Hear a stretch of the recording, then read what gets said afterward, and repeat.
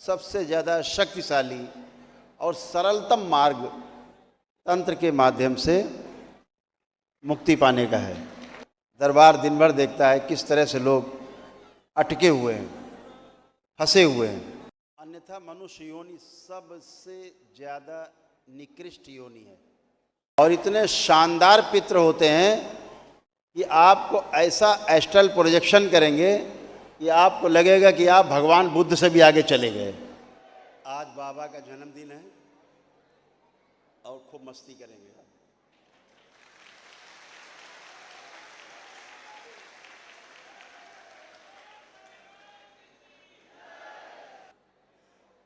परम पूजनीय बाबा जी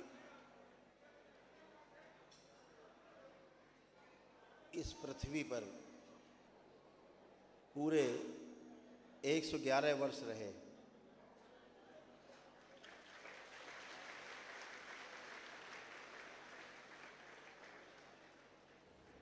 शरीर एक माध्यम है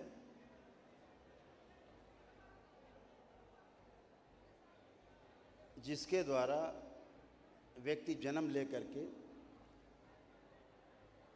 अपने भोग काटता है, और शरीर एक माध्यम है जिसके द्वारा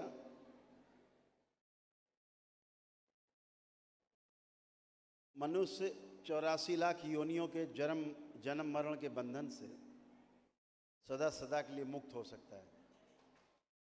अन्यथा मनुष्य योनि सबसे ज़्यादा निकृष्ट योनि है, सबसे निचली योनि।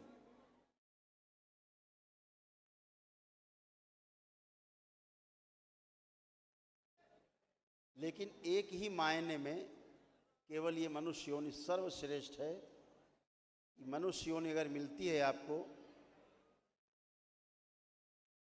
तो आप अपने साथ साथ हजारों लाखों लोगों को भी स्वयं 84 लाख योनियों के बंधन से मुक्त होते हैं और दूसरों को भी 84 लाख योनियों से बंधन से मुक्त होने के लिए प्रेरित कर सकते हैं। केवल एक ही मामले में सर्वश्रेष्ठ है।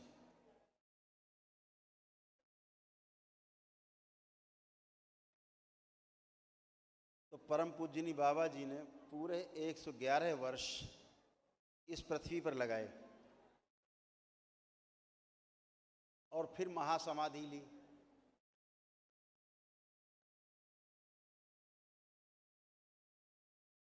महासमाधि उसी को प्राप्त होती है जो ज्ञान को उपलब्ध हो चुका होता है। ज्ञान को उपलब्ध होने के लिए कई मार्ग हैं।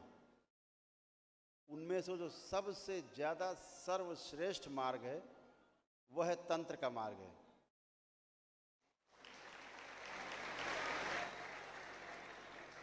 सबसे ज़्यादा प्रभावशाली, सबसे ज़्यादा शक्तिशाली और सरलतम मार्ग तंत्र के माध्यम से मुक्ति पाने का है।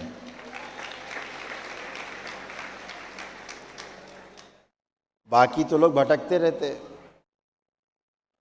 परिवार परंपरा के लोग, गुरु परंपरा के शरीर छोड़ चुके लोग सूक्ष्म में रहते ही हैं, सबकी अपनी अपनी करनी, अपनी अपनी भरनी। लेकिन जब परिवार परंपरा में रहते हैं तो पितृ समस्या करते हैं आपके आगे, और जब गुरु परंपरा में चले जाते हैं तो गुरु परंपरा में जो गुरुओं को कष्ट रहे, जो शिष्यों को कष्ट रहे, शामिल रहे उसमें, वो आपको होने लगते हैं कष्ट और आप पार नहीं पा पाते।